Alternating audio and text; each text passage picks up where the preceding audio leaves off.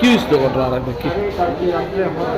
আমাদের এই যে আপনারা নিশ্চয়ই দেখছেন মন্ত্রী বিকাশ দেববর্মার বক্তব্য করে, রবীন্দ্র ভবনের বক্তব্য করে যে মোরগের ব্রয়লার মুরগের চামড়ার মধ্যে আমরা করবো, সাই করে দেবো, এই বক্তব্য করে ওনাকে আক্রমণ করা হলে মিস্টার মন্ত্রীর কনস্টিটিউন্সিতে তার উপর আক্রমণ, মাথার উপরে আঘাত, বুকের উপরে আঘাত, হতকালকে রাখা, হঠাৎ করে এই অবস্থা।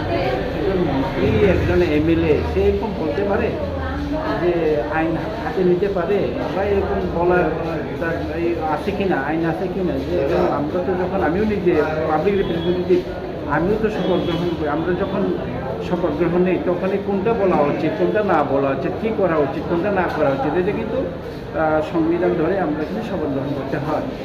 মন্ত্রী মিনিস্টারও তো সেভাবে শপথ গ্রহণ, উনি মুখ্যমন্ত্রীকে সামনে বসিয়ে যে জমিনের উস্কানিমূলক ভাষণ দিয়েছেন, সেই অতি উত্তেজিত, অতি হয়ে বিজেপির সমর্থকরা ওই ভাষণ থেকে, ওই মন্ত্রীর ভাষণ থেকে অতি উৎসাহী হয়ে কিন্তু আক্রমণ।